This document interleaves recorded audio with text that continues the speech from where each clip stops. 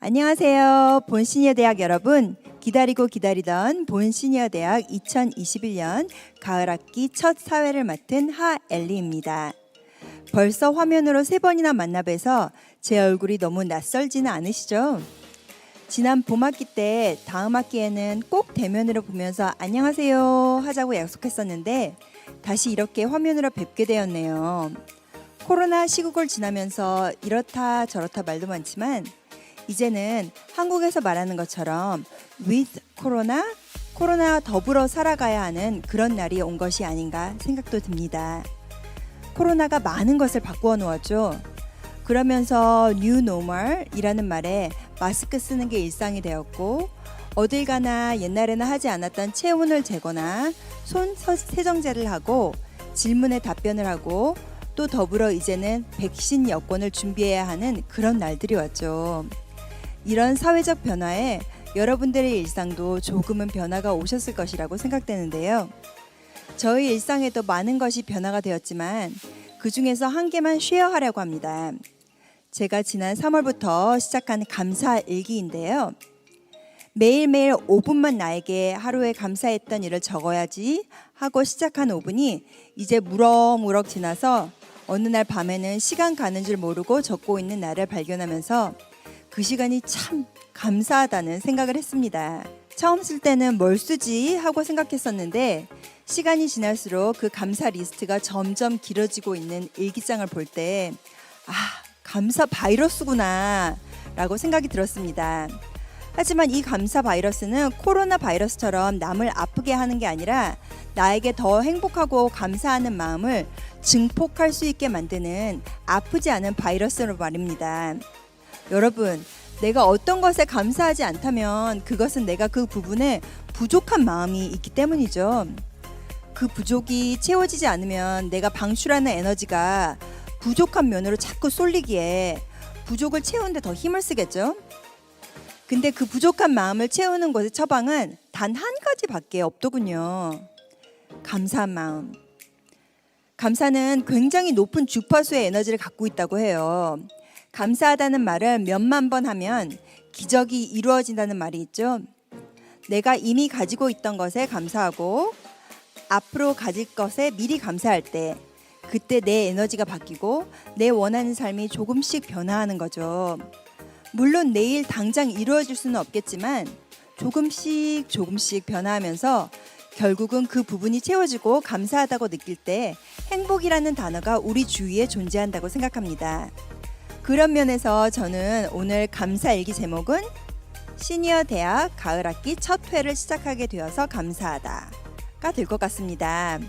우리 시니어 대학을 기다려 주신 여러분들이 계셔서 너무 감사합니다. 이렇게 말입니다. 자, 서론이 길었는데요. 우리 감사하는 마음을 꼭 잡고 신나는 찬양으로 2021년 가을 학기 첫 회 시작하겠습니다.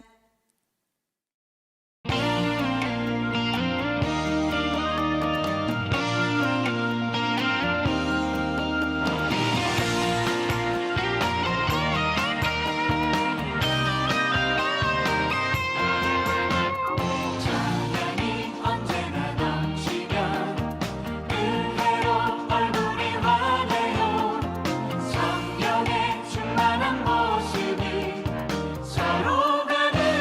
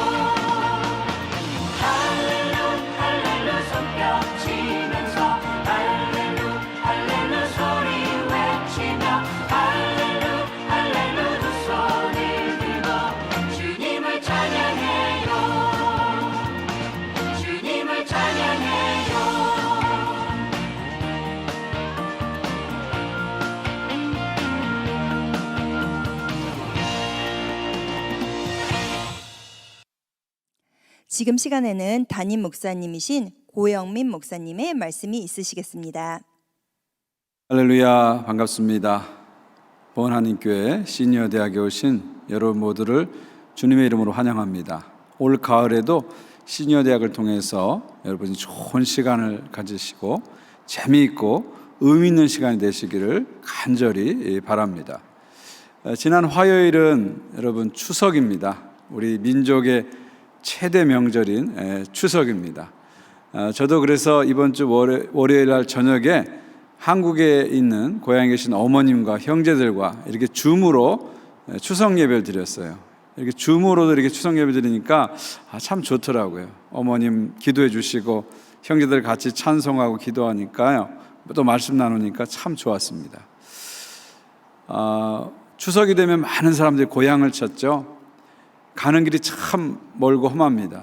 보통 때보다 3배, 4배 더 많은 시간을 들여서 고향을 찾게 됩니다. 정말 민족의 대이동이라고 할 수 있죠. 이번에는 코로나 상황에서 고향 가는 게 쉽지 않음에도 불구하고 역시 많은 사람들이 고향을 찾게 됐습니다. 우리 민족은 어떤 의미에서 고향 지향적인 민족이다, 그런 생각이 듭니다. 고향을 늘 그리워하는 그런 정서가 우리 민족 안에 항상 있습니다. 우리가 이민 와서 살지만요, 늘 항상 고향에 대해서, 조국에 대해서 그리운 마음이 있습니다. 추석이라고 하지만 우리가 추석의 정치를 이민 생활에서 많이 느끼지 못합니다. 그렇지만 쓸쓸한 가을바람이 불 때 되면, 이 추석 때가 되면은 나도 모르는 사이에 고향이 그리워지고 이 향수가 올라오는 것을 느낄 수가 있습니다.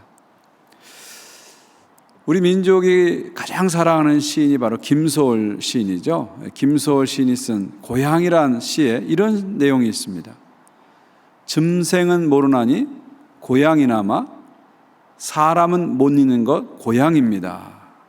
생시에는 생각도 아니하던 것 잠들면 어느덧 고향입니다. 조상님 뼈가 묻힌 곳이라 송아지 동무들과 놀던 곳이라 그래서 그런지 모르지만은 꿈에서는 항상 고향입니다. 참 많은 생각을 하게 하는 시입니다.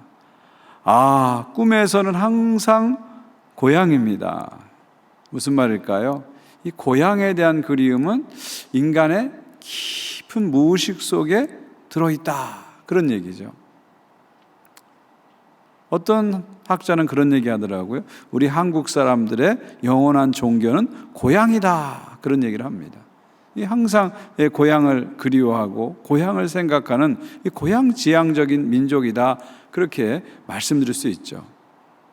그런데 여러분, 성경을 보게 되면 우리 민족만큼이나 고향 지향적인 민족이 있습니다.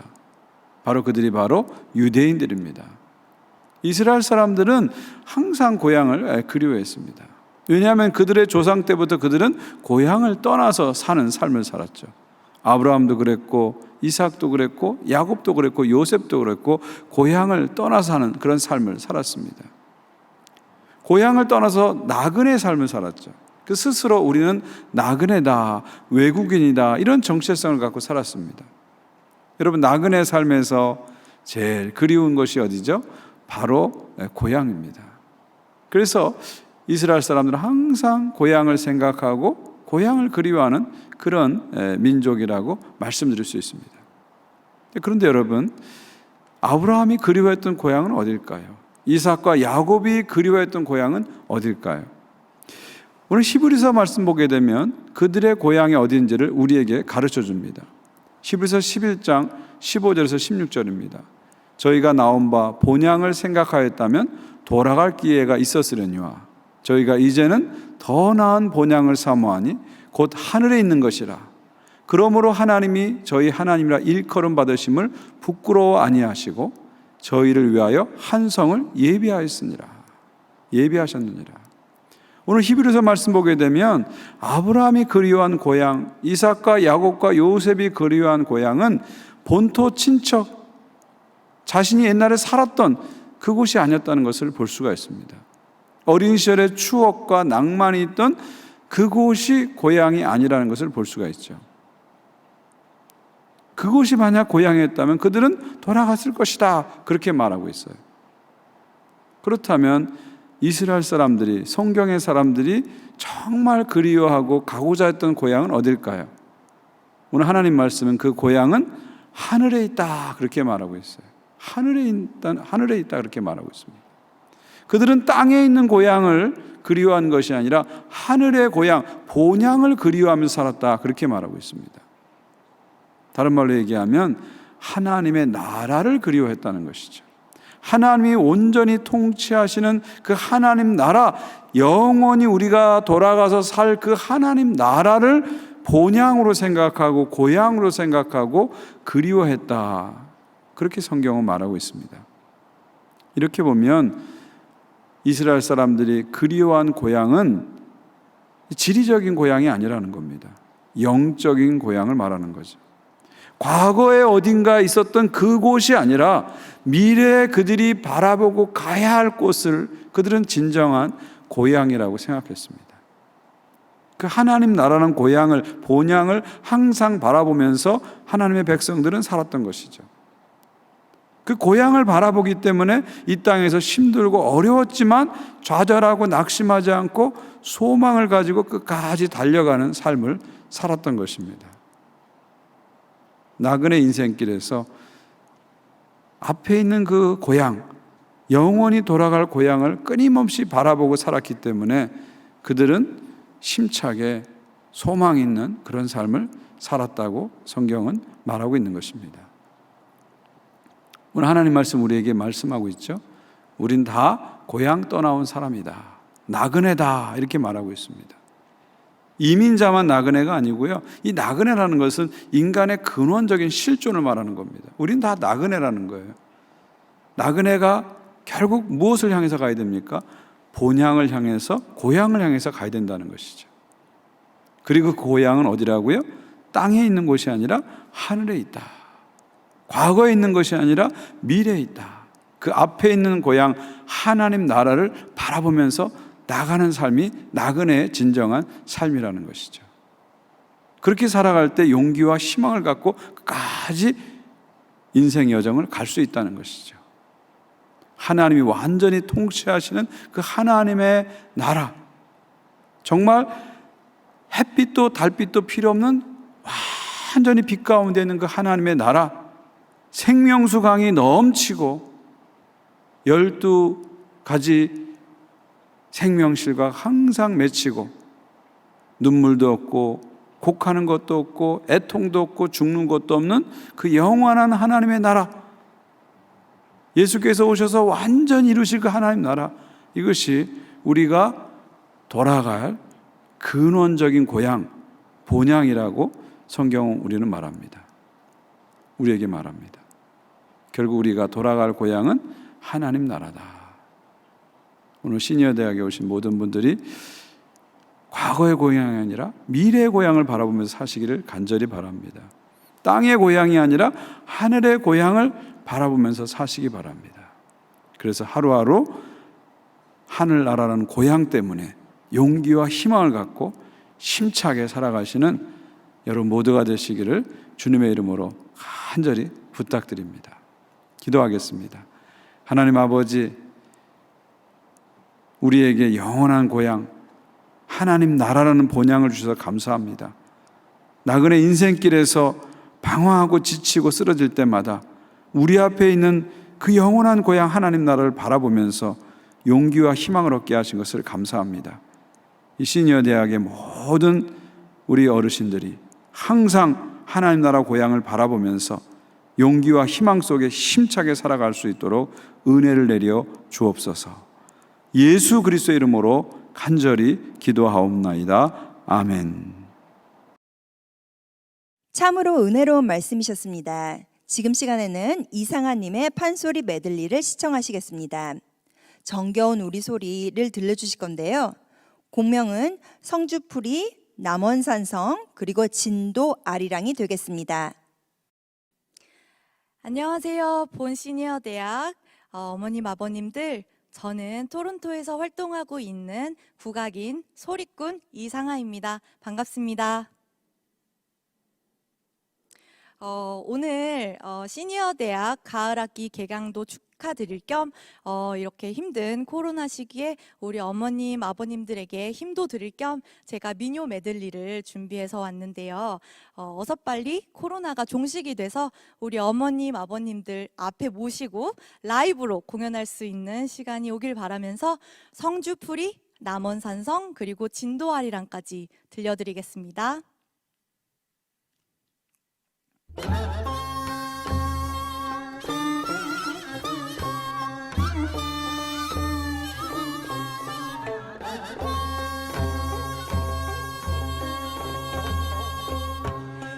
에라만수 에라 대시냐 대화연으로 설설이 날이 소서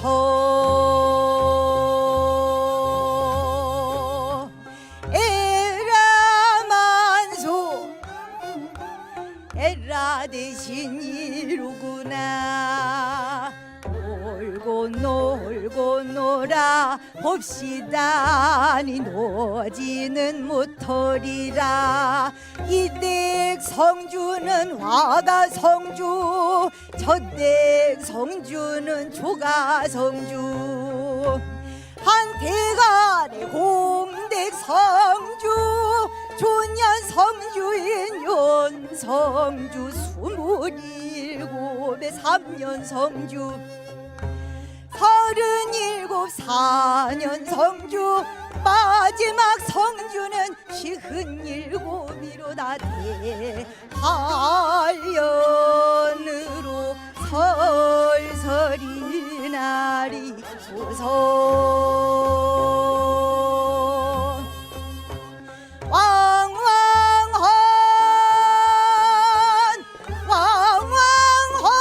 북소리는 태평연호를 자랑하고 둘이 부는 피리소리 쌍봉왕이 춤을 추고 소상한적 젖대 소리 어깨춤이 절로 나누나 에라만수 에라 대시냐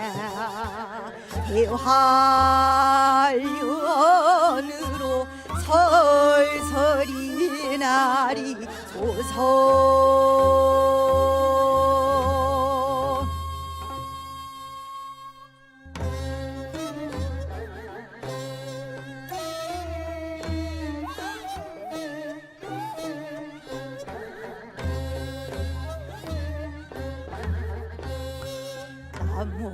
남원산성 올라가 이 화문전 바라보니 수진이 날진이 해동천구람에 떴다 봐라 저종 달새 석양은 늘어져 갈매기 울고 능수버들가지 휘늘어진니 꾀꼬리 난 짝을 지어 이 산으로 가면 꾀꼬리 소리로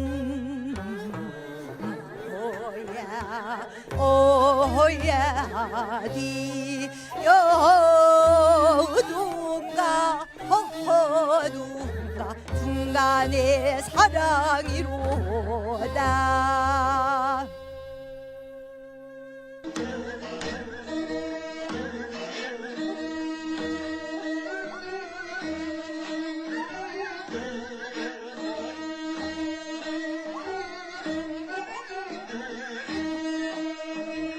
아리아리랑 스리스리랑 아라리가 났네 아리랑 아라리가 났네 문경 세제는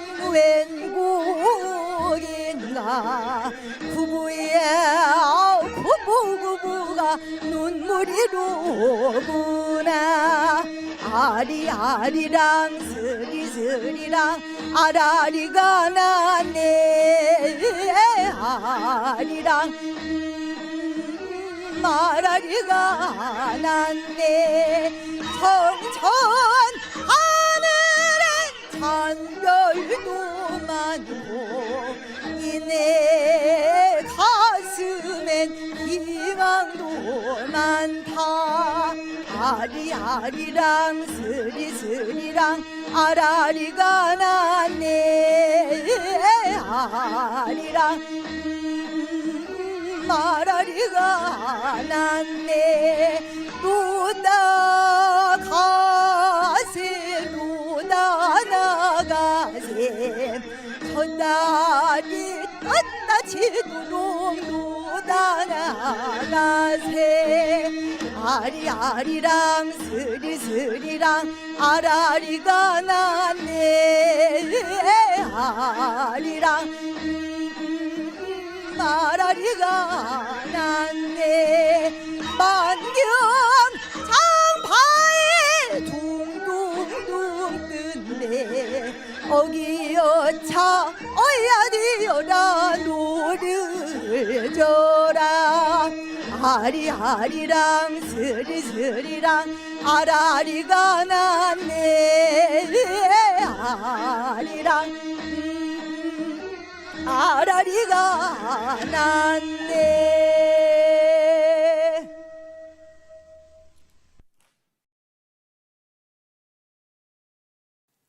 신나는 가락을 들으니 엉덩이가 들썩들썩하지 않으신가요? 이런 의미에서 우리도 몸을 한번 풀어볼까요? 지금 시간에는 김여진 강사님의 체조교실 되겠습니다.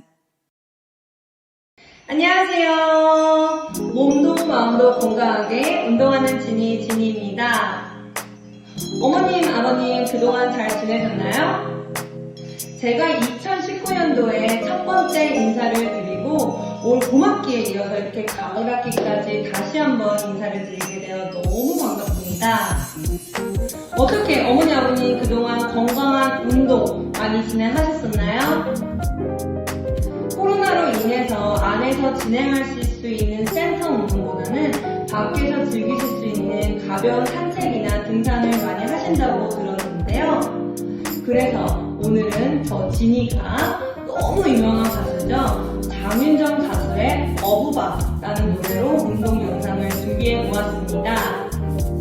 이 운동들은 어머니 아버님들이 야외 산책을 나가시기 전에 너무 하시기 좋은 낙상 예방 운동법들이니까요. 한번 같이 따라해보시면 너무 좋을 것 같습니다.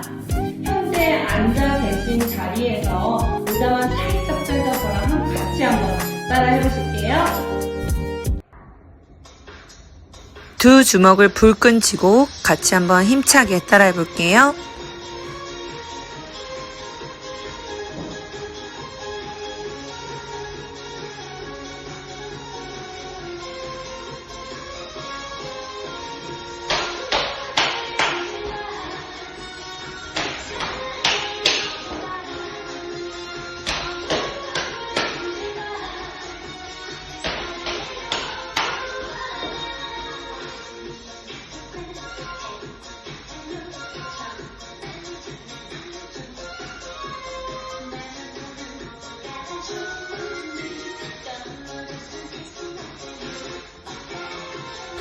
옆구리를 늘리는 동작은 허리와 주변 근육을 이완시켜 허리 통증 예방에 도움을 줄 수 있습니다.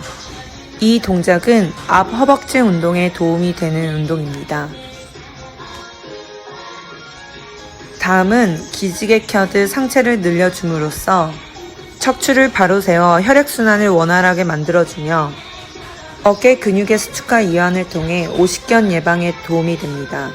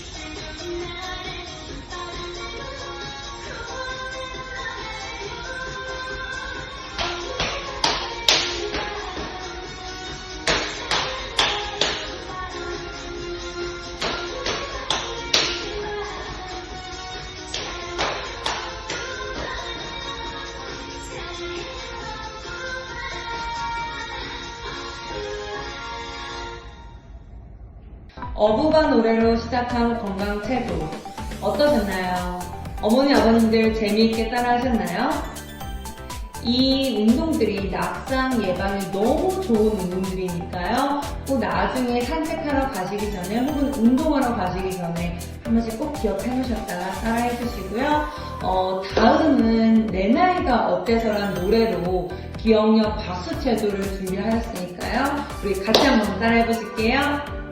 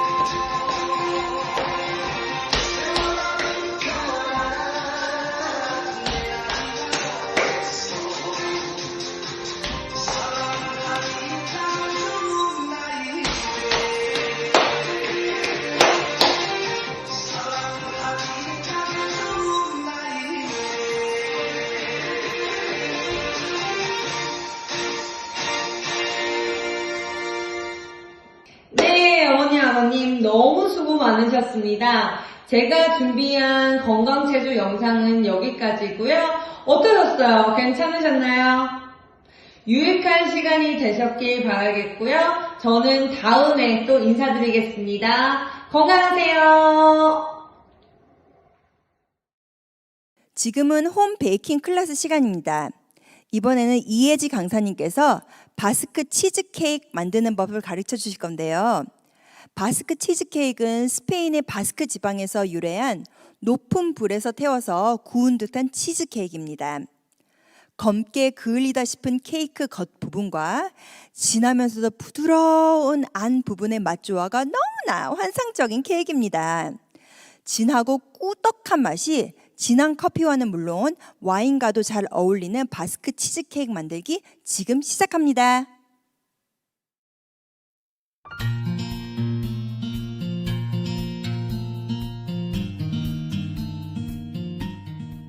안녕하세요. 저는 믿음마을의 이예지라고 합니다. 저는 오늘 만들기도 쉽고 맛도 좋아서 한때 유행했던 바스크 치즈케이크를 만들어 보려고 합니다. 재료를 먼저 소개해 드릴게요. 상온에 놓아둔 크림치즈 350g, 설탕 90g, 생크림 150g, 계란 3알, 박력분 10g, 그리고 소금 한 꼬집 준비해 주세요.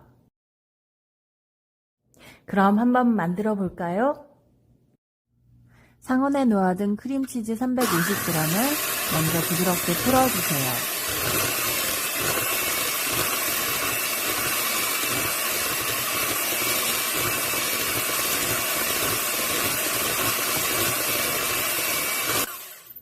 크림치즈가 어느 정도 부드럽게 풀어지면 설탕 90g을 두 번에 나눠 넣어주세요.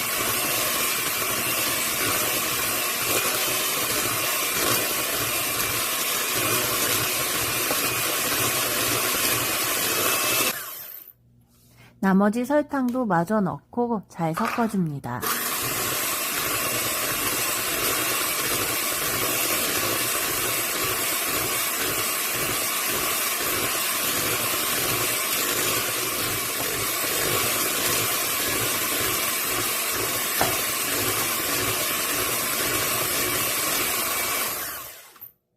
설탕을 넣고 섞어주면 크림치즈가 한층 더 부드러워지는데요. 여기에 상온에 놓아둔 계란 사알을 넣고 또 섞어줍니다.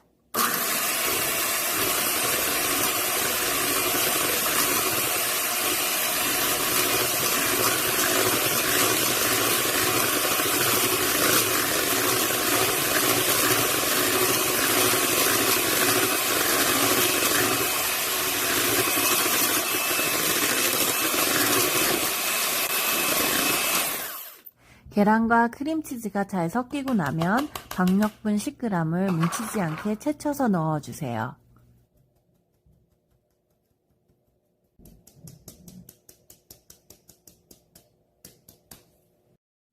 스패츌라로 날가루가 보이지 않게 잘 섞어주세요.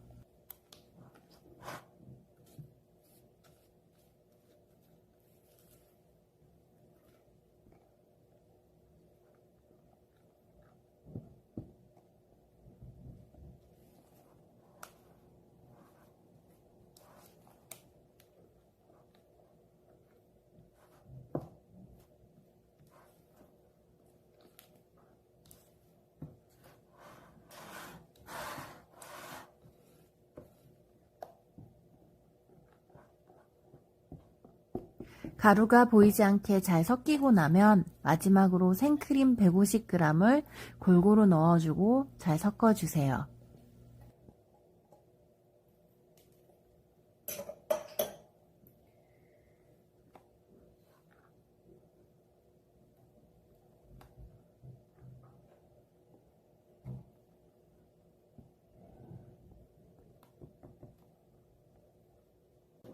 저는 혹시 계란 비린내가 날까봐 바닐라 익스트랙 몇 방울 추가했는데요. 이 부분은 생략하셔도 됩니다.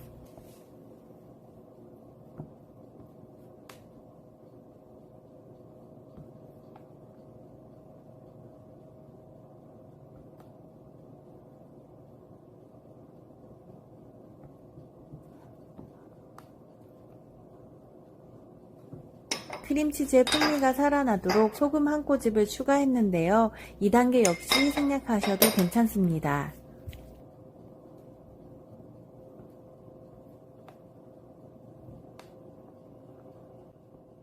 이제 모든 재료의 믹스는 마쳤습니다. 정말 간단하고 쉽지 않으세요?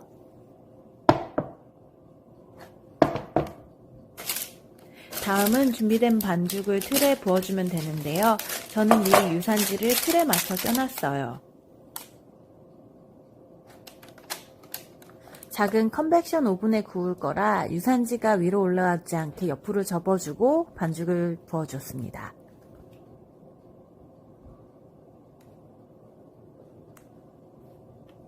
표면의 기포가 정리되도록 탕탕 몇 번 쳐주고 이대로 오븐에 넣어서 구워주시면 됩니다. 섭씨 210도 25분에서 35분 정도 오븐마다 차이가 있으니 색깔을 보시고선 구워주시면 돼요. 원래 바스크 치즈케이크는 살짝 태운 게 매력인데요. 저는 너무 까만 거보다는 이 정도의 색감을 좋아해서 이 정도 쯤에서 뺐습니다. 바스크 치즈케이크는 냉장고에 하루 정도 숙성시키고 드시면 한층 더 부드럽고 맛이 좀 더 깊어지는 느낌이에요.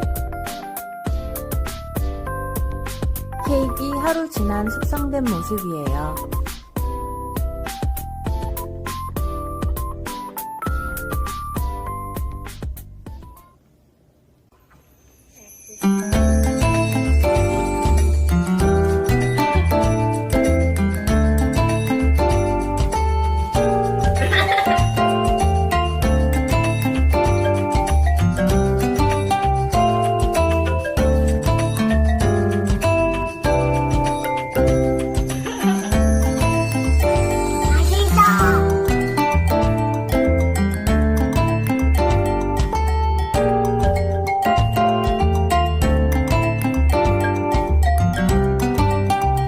정말 간단하게 만들 수 있는 치즈케이크니 모두들 도전해보세요. 이번 순서는 코비드 후 뉴 노멀 라이프를 살아가는 데 필요한 온라인으로 음식을 주문하고 또 커브사이드를 이용하는 법을 배워보는 시간이 되겠습니다. 여러분, 패스트푸드점이라면 제일 먼저 생각나는 곳이 어디신가요? 남녀노소가 좋아하는 맥도날드가 저는 생각이 나는데요. 특히나 맥다방의 커피는 언제 마셔도 맛이 있죠. 김지호 강사님께서 맥도날드 앱을 이용해서 실내로 들어가지 않고 안전하게 차 안에서 음식과 음료를 받으실 수 있는 방법을 가르쳐 주시겠습니다. 안녕하세요. 오늘은 맥도날드 앱을 이용해서 커피를 오더하고 맥도날드 매장에 가서 드라이브스루를 통해 픽업을 하는 방법을 알려드리겠습니다. 우선 삼성 갤럭시와 같은 안드로이드 스마트폰을 가지고 계신 분들은 구글 플레이 스토어에 가서 맥도날드라고 검색하면 맥도날드 캐나다 앱이 리스트에 보입니다. 앱을 선택한 후 인스톨 버튼을 누르면 스마트폰에 맥도날드 앱이 깔리게 됩니다. 애플 아이폰을 가지고 계신 분은 앱스토어에 가서 맥도날드를 검색하고 맥도날드 캐나다 앱을 설치하면 됩니다. 설치가 되는 동안 잠시 기다리겠습니다.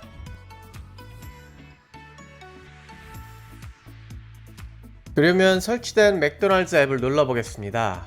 앱이 실행되고 앱 하단에 Home, Order, Offers, Code, More 버튼을 볼 수 있습니다.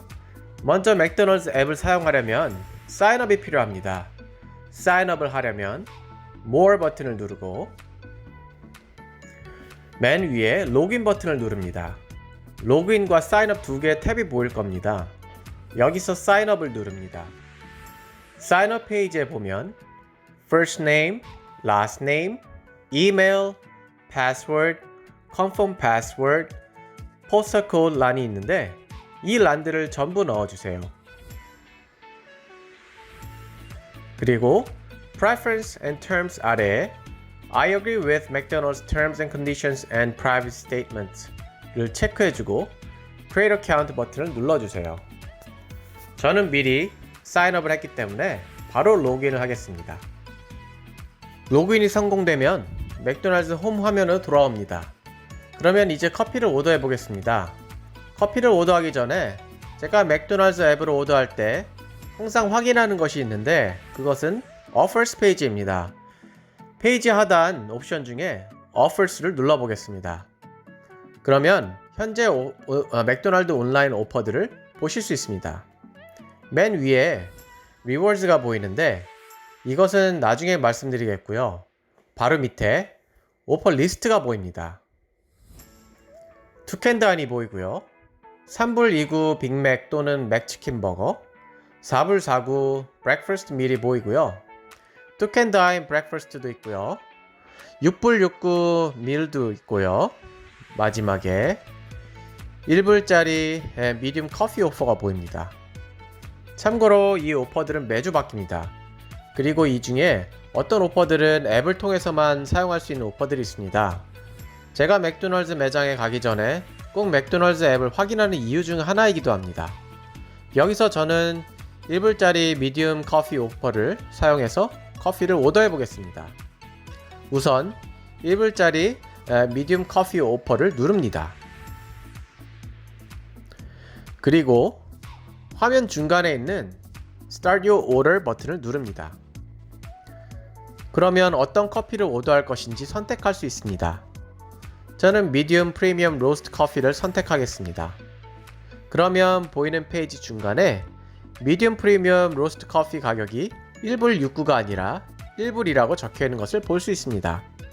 여기서 제가 오더한 커피는 미디움 프리미엄 로스트 블랙 커피입니다. 여기서 설탕이나 크림을 추가할 수 있습니다. 설탕이나 크림을 추가하려면 여기 작은 커스터마이즈 버튼을 누릅니다. Add it on 스크린을 볼 수 있는데요. 여기서 크림을 추가하려면 크림 버튼을 누르고 크림 몇 스푼을 넣을 건지 고를 수 있습니다. 0부터 7스푼 중에 고르면 됩니다. 저는 블랙 커피를 오더할 것이기 때문에 그대로 놔두겠습니다. 밀크나 설탕도 똑같이 추가할 수 있습니다. 여기서 추가 비용은 따로 없습니다. 저는 블랙 커피를 오더할 것이기 때문에 밀크와 설탕도 그대로 놔두겠습니다. 그리고 스크린 하단에 세이브 버튼을 누릅니다. 이제 저는 제가 원하는 커피 선택을 마쳤습니다. 그러면 Add to Order 버튼을 눌러서 이 커피를 제 오더 바구니에 넣겠습니다. 앱에서 다른 메뉴들도 추천을 하는데 저는 그냥 커피 한 잔만 오더하겠습니다. No Thanks 버튼을 누릅니다. 이제 거의 다 됐습니다. 제가 방금 넣은 커피가 보입니다. 이 스크린에서 중요한 것은 어느 맥도날드 매장에서 픽업할 것인지 우리가 선택할 수 있다는 것입니다. 기본적으로 맥도날드 앱은 우리가 현재 위치한 지점에서 가장 가까운 매장을 자동으로 선택해 줍니다. 하지만 우리가 꼭 그 매장에서만 픽업할 필요는 없죠. 혹은 꼭 가까운 매장이 아닌 다른 매장에서 픽업해야 할 이유가 있을 때도 많죠. 그래서 저는 지금 커피를 픽업할 매장을 맥도날드 앱이 선택해준 가장 가까운 매장이 아닌 제가 원하는 매장으로 바꾸어 보겠습니다. 스크린 상단에 현재 선택된 매장 주소가 나와 있고 오른편에 Change 버튼이 있습니다. Change 버튼을 눌러 보겠습니다. 그러면 지도와 주변 맥도날드 매장들이 빨간색 핀들로 표시되어 있는 것을 볼 수 있습니다. 현재 4808 영스트리트 매장에 선택되어 있는데 여기서 저는 영앤 스틸스에서 가까운 300 스틸스 애버뉴 웨스트에서 픽업하는 것으로 바꿔보겠습니다. 우선 지도에 있는 300 스틸스 웨스트 매장을 선택하고 Order Here 버튼을 누릅니다. 그러면 돌아온 스크린에 300 스틸스 애버뉴 웨스트 매장이 찍혀 있는 것을 볼 수 있습니다. 이제 제 오더는 300 스틸스 애버뉴 웨스트 매장으로 오더가 들어가게 됩니다.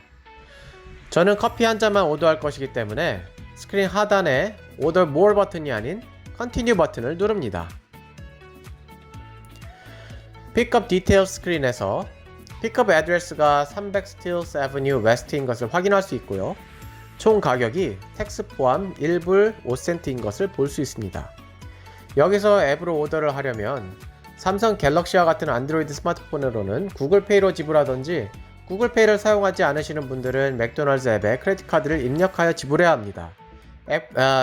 애플 아이폰 사용자들은 맥도날드 앱에 크레딧 카드를 입력하여 지불해야 합니다. 스크린 하단에 보면 저는 구글페이를 사용하기 때문에 G페이 로고가 있지만 그렇지 않다면 옆에 화살표 버튼을 눌러 사용할 크레딧 카드를 입력할 수 있습니다. 옆에 화살표 버튼을 누릅니다. Add Payments Method 아래에 Add New Card 버튼을 누릅니다. 그러면 다음 스크린에 크레딧 카드 정보를 입력하고 Save 버튼을 누르면 크레딧 카드 입력이 완료됩니다. 한번 저장된 크레딧 카드 번호는 다음 오더 시 다시 입력할 필요가 없습니다. 저는 구글페이로 오더할 것이기 때문에 따로 크레딧 카드를 입력하지 않겠습니다. 그리고 페이먼트 메서드로 구글페이를 선택합니다. 크레딧 카드를 입력하신 분들은 입력하신 크레딧 카드를 선택하시면 됩니다. 그리고 밑에 보시면 Place order 바로 윗줄에 You will not be charged until you pick up your order 라고 쓰인 문장을 볼 수 있듯이 제가 여기서 오더를 마쳐도 제가 매장에서 커피를 픽업하지 않으면 제 크레딧 카드에서는 돈이 빠져나가지 않습니다. 혹시 잘못 오더를 한다든지 오더를 했는데 마음이 바뀌었을 때 아주 편리합니다. 그리고 마지막으로 하단에 플레이스 오더 버튼을 눌러 오더를 완료합니다. 이제 저는 차를 타고 맥도날드 매장으로 가서 커피를 픽업하겠습니다. 오더하신 후에 언제든 픽업이 가능하기 때문에 바로 픽업을 하지 않으셔도 됩니다. 네, 저는 지금 맥도날드 앱을 이용해서 오더한 커피를 픽업하기 위해 영앤스틸스 맥도날드 매장 앞에 와 있습니다. 우선 제 스마트폰에 맥도날드 앱을 열어보겠습니다. 앱을 여시면 이와 같은 화면이 보입니다. 여기서 화면 중간에 있는 노란색 Select Pickup 옵션 버튼을 누릅니다. 그러면 다음 화면에서 Front Counter, Curbside, Drive-Thru 옵션이 보입니다. 그럼 이 중에서 저는 Drive-Thru 옵션을 선택하겠습니다. 드라이브스루 옵션을 선택하면 다음 화면에 오더 코드 NU67이 큰 글씨로 보입니다. 그러면 저는 차를 타고 드라이브스루로 가겠습니다. 차를 타고 진입하면 전면에 커다란 메뉴가 있는 드라이브스루 기계를 만나게 됩니다. 맥도날드 직원의 목소리를 들으면 모바일 오더를 픽업하러 왔다고 말한 후 오더 코드를 알려줍니다. 그리고 앞차와 간격을 유지하며 앞으로 이동합니다. 맥도날드 드라이브스루를 통과하면서 두 개의 창문을 만나게 되는데 첫 번째 창문은 캐셔입니다. 저는 모바일로 미리 돈을 지불했기 때문에 첫 번째 창문에서는 모바일로 주문했다는 것을 맥도날드 직원에게 알리고 앞차와 간격을 맞춰서 앞으로 나갑니다.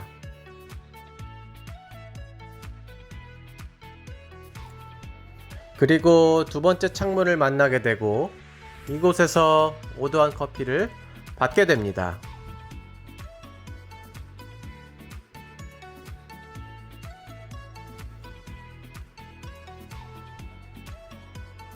이렇게 맥도날드 앱을 통해서 오더한 커피를 드라이브스루에서 받아보았습니다.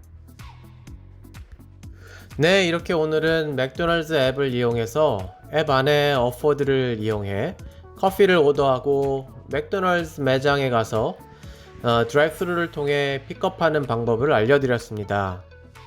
코로나로 거리두기가 기본 생활이 된 요즘 본 시니어 대학에 참여하시는 모든 분에게 이 영상이 조금의 도움이 되길 바랍니다. 감사합니다. 자, 이번 시간에는 노수욕에 위치한 중앙약국의 김성대 약사님의 건강교실입니다. 약 복용법과 정부에서 주는 혜택에 관해서 말씀해 주실 것입니다. 유용한 내용이 많으니 눈 크게, 귀 쫑긋 하시고 함께 시청하시겠습니다. 안녕하세요, 여러분. 만나 뵙게 되어 반갑습니다.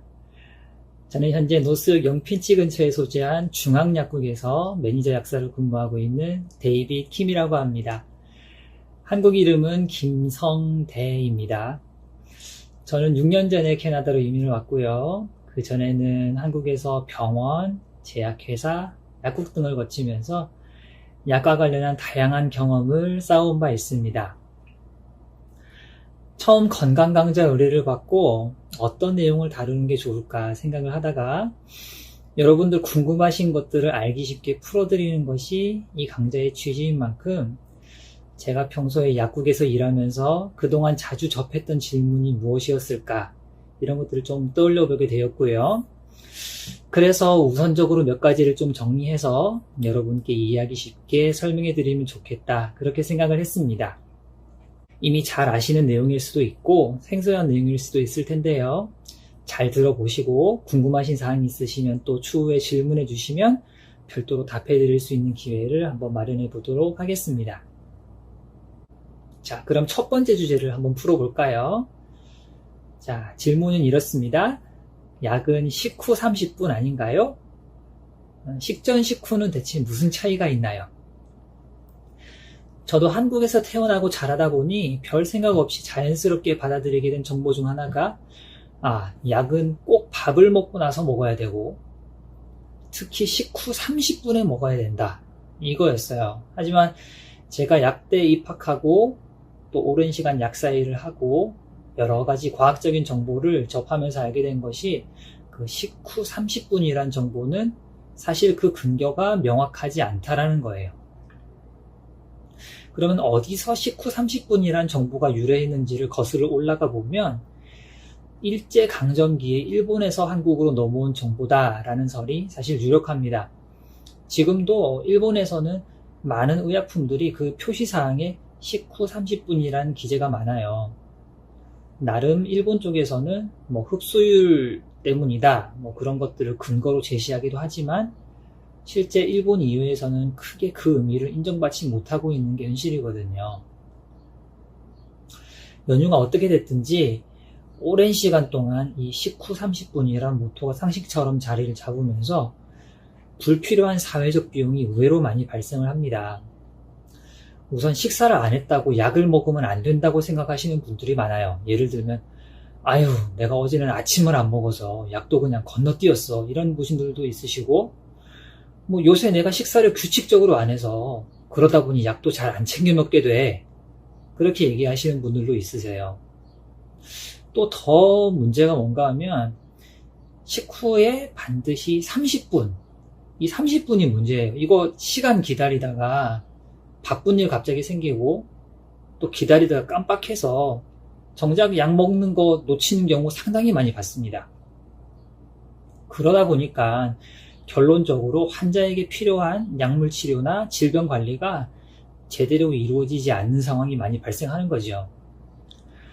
그래서 최근에 서울대학교 병원에서는 이러한 부정적인 영향을 줄이기 위해서 병원에서 조제되는 의약품에 대해서 공식적으로 식후 30분이라는 복용법을 쓰지 않도록 그렇게 지침을 마련했다는 소식도 들은 적이 있습니다.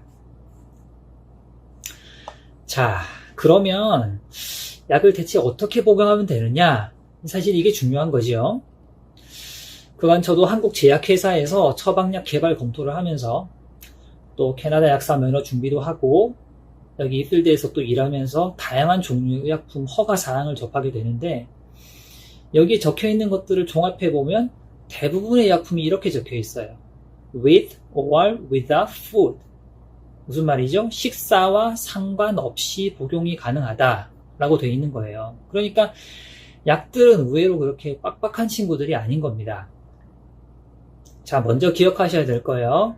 약은 잊어버리지 않고 정해진 시간에 먹도록 하는 것이 중요하다.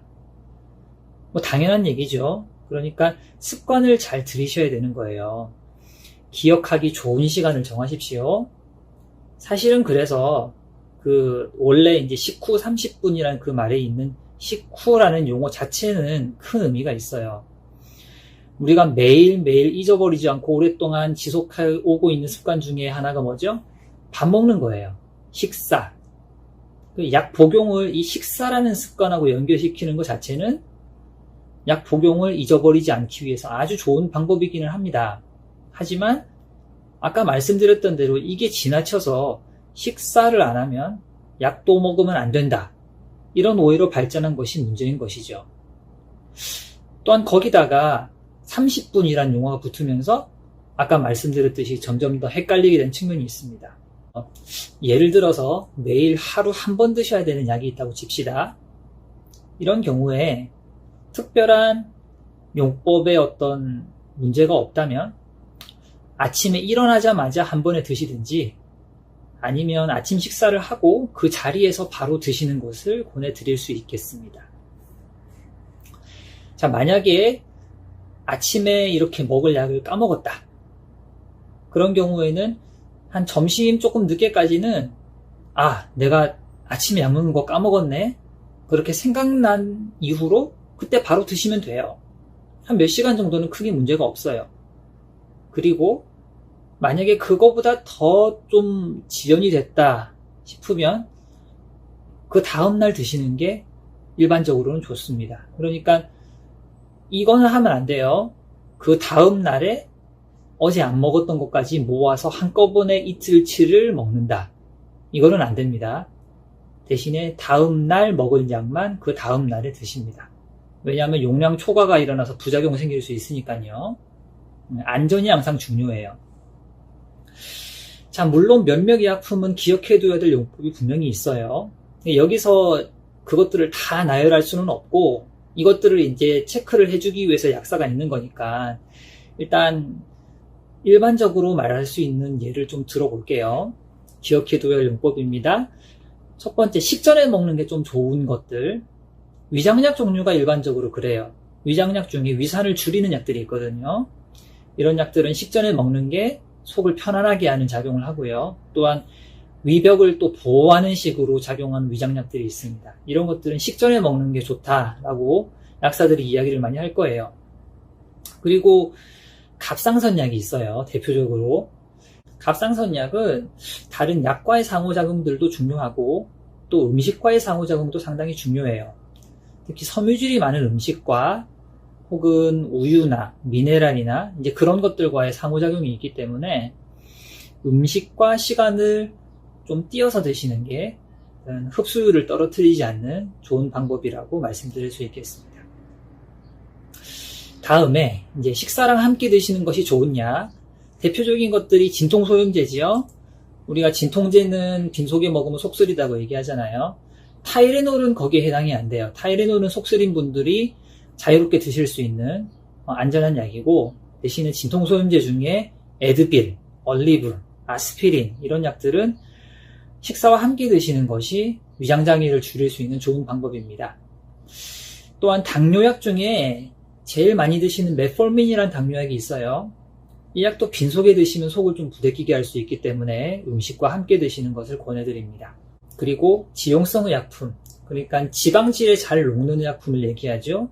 비타민 A, D, E 같은 지용성 의약품이나 오메가3 이런 것들은 음식이랑 함께 복용했을 때 흡수율이 좋아지기 때문에 음식이랑 같이 드시는 것을 권해드립니다. 자, 그리고 아까 당뇨약을 얘기했는데 당뇨약 중에서 인슐린 분비랑 직접 관계된 약들이 있거든요. 이런 약들은 음식을 드시지 않고 그 이후에 드시면 인슐린 분비를 촉진하다 보니까 저혈당 문제가 생길 수 있어요. 이런 약들은 요새 나오는 당뇨약은 그런 효과가 많이 없지만 아직도 이런 약들을 많이 쓰고 있기 때문에 식사를 하지 않으셨으면 건너뛰어야 된다. 그런 부분들이 강조가 되는 약들이 있습니다. 자, 그리고 한 가지 더 얘기하자면 항생제, 전부는 아니에요. 이것도 특정 항생제 중에 우유나 미네랄, 말하자면 칼슘, 마그네슘, 철분 이런 것들이랑 같이 드시면 항생제의 흡수율을 떨어뜨리게 되는 경우가 있거든요. 그래서 예를 들어서 평소에 내가 종합 비타민을 하루에 한 번 아침에 맨날 먹었다. 근데 이 특정 항생제를 일주일 동안 하루 2번 복용하도록 선생님께서 처방을 주셔서 약을 받았는데 그러면 어떻게 해야 될까요? 이 종합 비타민을 먹는 시간을 점심때로 조정하든지 아니면 그 항생제 치료를 하는 한 주간 동안은 종합 비타민 드시는 걸 좀 쉬시든지 그렇게 하시는 방법이 있겠습니다. 이 외에도 음식과 관련해서 용법을 지키는 게 중요한 의약품들이 좀 있어요. 그런 것들은 다 약국에서 조제를 받으실 때 중요한 것들은 약사로부터 충분하게 설명을 들으실 수 있으니까 잘 들으시고 기억해 두시는 것이 좋겠습니다. 이 주제를 좀 마무리하면서 한 가지 말씀드리고 싶은 것은 제가 이런 일반론을 말씀드렸지만 비록 이제 식사와 상관없이 복용하셔도 되는 약이라고 해도 물론 개인차가 있을 수 있다는 거예요. 그러니까 환자분 본인이 빈속에 드셨다가 위장장애 같은 불편함을 느끼셨다. 그런다면 음식이랑 같이 드시는 게 그런 위험을 줄일 수 있으니까 당연히 그렇게 하시면 되는 거예요. 그러니까 너무 경직되게 생각하지 마시고 아까 말씀드렸던 것처럼 의약품들은 그렇게 빡빡한 친구들이 아니다 일반적으로. 그러니까 본인의 어떤 상황에 맞게 충분히 조절해서 드실 수 있는 여지가 있다라는 거 조금 유연하게 생각하실 수 있다. 그렇게 말씀드릴 수 있겠습니다. 다시 정리하자면 꼭 밥을 먹고 30분 기다렸다가 약을 먹어야 된다라는 이 식후 30분이라는 상식은 이제는 과감하게 좀 버리셔도 좋아요. 그러니까 잊어버리지 않도록 좋은 복용 습관을 들이시면 되고요. 필요하다면 휴대폰 알람을 걸어 놓아서 일정한 시간에 먹을 수 있도록 기억하실 수 있으면 뭐 그것도 좋은 방법이 되겠죠. 말씀드렸던 것처럼 본인한테 불편하지 않도록 상황에 맞게 조절해서 복용하시고, 또 궁금한 점은 의사나 약사한테 꼭 물어보셔서 더블 체크하는 습관 잊지 마시길 바랍니다. 자, 두 번째 주제입니다. 이번에는 돈과 관련된 이야기예요. 약 이야기를 하다가 갑자기 돈 이야기를 하네요. 자, 근데 이것도 약국 방문하시는 분들이 상당히 많이 물어보시는 거라서 제가 꼭 정리를 좀 해드려야 될 것 같다, 이런 생각이 들었습니다. 자, 이런 질문이에요. 아니, 약국에 가면 나는 항상 돈을 내는데 왜 내 친구들은 아무도 돈을 안 내죠? 이런 생각하신 분 좀 있을 것 같아요. 종종 약국에 오시는 시니어분들 중에서 친구들이랑 이런저런 얘기하시다가 약값 얘기가 나와서 본인만 약값을 내고 계신다, 다른 친구들은 다 약값을 안 내신다, 그 사실을 아시고는 갑자기 찾아오셔서 막 화를 내시는 분들이 있더라고요. 그 정부에서 제공하는 약값 혜택이 어떻게 주어지는지 그런 설명을 잘 듣지 못하셔서 그런 경우가 많은 것 같은데, 이 시간에 제가 좀 정리를 좀 해드리도록 하겠습니다. 온타리오 주 정부에서는 현재 65세 이상의 시니어를 대상으로 온타리오 드럭 베네핏 프로그램, 그러니까 ODB 프로그램이라는 것을 제공을 해요. 매년 정부에 보고하는 세금 신고 결과에 따라서 고소득자 그리고 저소득자 이렇게 분류해서 두 가지 방식으로 혜택을 드립니다. 우선 좋은 소식 한 가지가 있습니다. 오는 2021년 8월 1일부터 고소득자, 저소득자 분류하는 그 기준이 업데이트가 됐거든요. 그래서 좀 더 많은 어르신들이 약값 혜택을 받으시게 될 것 같습니다. 그래서 종전 기준은 부부 합산으로 해서 넷인컴이 32,300불, 그리고 혼자 사시는 분은 넷인컴 19,400불, 이게 기준으로 돼서 이거보다 낮게 신고되는 경우에 저소득자로 분류됐는데 이 기준이 이번에 상향이 됐어요. 그래서 부부 합산으로 37,100불, 혹은 혼자 사시는 분은 22,200불, 이것보다 낮으면 저소득자로 분류가 됩니다. 그래서 저소득자로 분류되시는 경우에 그 정부 의약품 목록이라는 게 있거든요. 거기에 의약품이 한 5,000종 이상이 있어요. 필수적으로 쓰는 의약품. 거기에 대해서 원래 조제건당 이 저소득자로 분류되시는 분은 한 번 받을 때마다 2불씩만 내시면 되는 건데요. 이걸 대부분의 약국에서 할인을 해줘요. 그래서 실제로는 돈을 안 내시는 거죠. 그리고 만약에 그 기준보다 높게 신고가 되시는 고소득자는, 기준 날짜는 매년 8월 1일 기준이에요. 그래서 8월 1일부터 그 다음 해 7월 31일까지 그 기준으로 해서 약값이 100불에 도달할 때까지 일단은 돈을 내셔야 되고요. 그리고 100불보다 넘어가면 그때부터는 약 하나 받을 때마다 6불 10일씩 내시게 됩니다.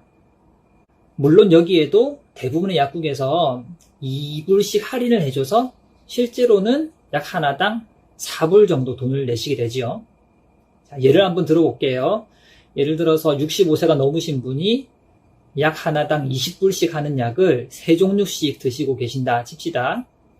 그래서 약을 한번 이제 받으러 오셨을 때 100불이 찰 때까지는 돈을 내시니까 처음에는 20불 곱하기 3 해서 60불을 내셨죠. 그 다음에 또 방문을 해서 똑같은 3가지 약을 받으시는데, 그 다음에는 벌써 60불을 내셨으니까 이제 20불 곱하기 2 해서 나머지 40불은 돈을 내시고요. 이제 100불이 찼으니까 나머지 약 하나는 20불 내는 게 아니라 할인된 가격으로 해서 4불만 내시면 되는 거죠. 이제 고소득으로 분류되시는 분은 이렇게 돈을 내시고, 그 다음 해 8월 1일이 되면 또 다시 리셋이 돼서 처음부터 이제 100불을 내기 시작을 하시는 겁니다.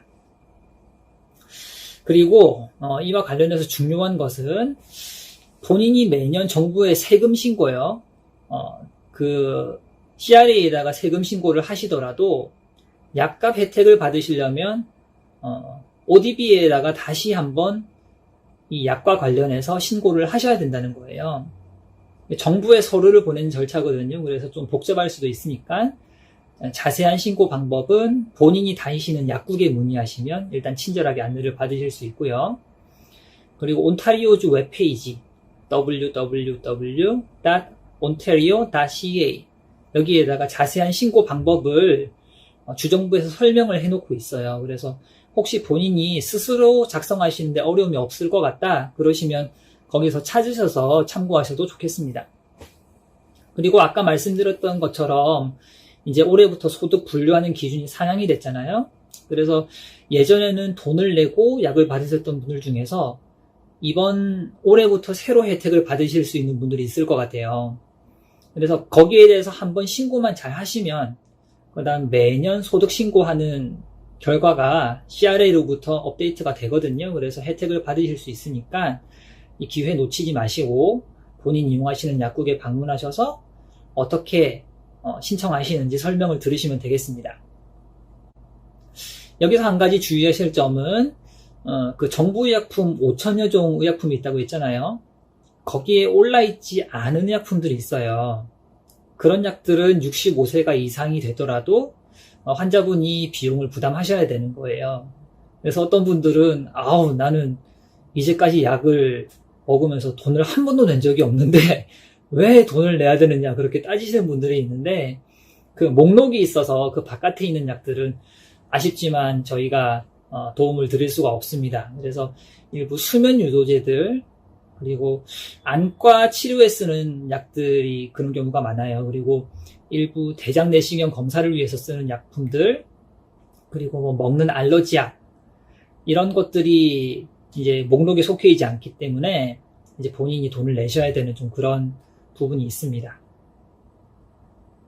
그리고 또 당뇨 환자분들 중에서 인슐린 주사를 사용하신 경우가 있는데요.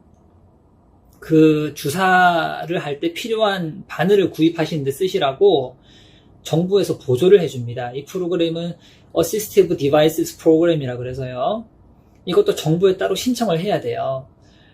신청서 작성은 또 이용하시는 약국에 문의하시면 도움을 받으실 수 있습니다. 그래서 이거는 환자분이 일단 필요하신 대로 약국에서 그 주사에 대한 비용은 일단 실비를 내고 구입을 하시고요.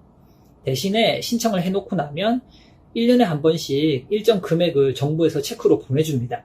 현재는 1년에 170불씩 지원을 해주는 걸로 나와 있네요. 그리고 이거는 2년에 한 번씩 환자 본인이 재신청을 하셔야 연장을 받으실 수 있어요. 그래서 기간이 이제 임박을 하면 정부에서 연장을 하라고 서류를 보내주니까 받으시는 서류를 잘 작성하셔서 정부에 보내시면 되겠습니다. 자, 이렇게 오늘은 약을 어떻게 드시는 게 좋은지에 대한 이야기 하나 하고 그리고 약과 관련해서 어떻게 정부 혜택을 받으실 수 있는지 한 가지 주제 이렇게 각각 나눠봤습니다. 어떻게 좀 도움이 되셨는지 궁금하네요. 다음에는 좀 더 유익하고 알찬 정보로 여러분들 찾아뵙도록 하겠습니다. 지금까지 데이빗 약사였습니다. 감사합니다. 자, 오늘 즐겁고 유익한 시간이 되셨나요? 저희 본 시니어 대학은 항상 여러분과 소통하기를 원하고 있습니다. 즐거운 시간이셨으면 좋아요 버튼 꾹 한번 눌러주시고요. 또 더욱더 향상할 수 있는 부분이 보이신다면 도움되는 제안 감사히 받겠습니다. 자, 오늘도 건강하고 감사한 하루 되시고 다음 주 목요일 이 시간에 다시 찾아뵙겠습니다. 지금까지 시청해 주셔서 감사합니다. 행복한 하루 되시길 바랍니다. 안녕히 계십시오.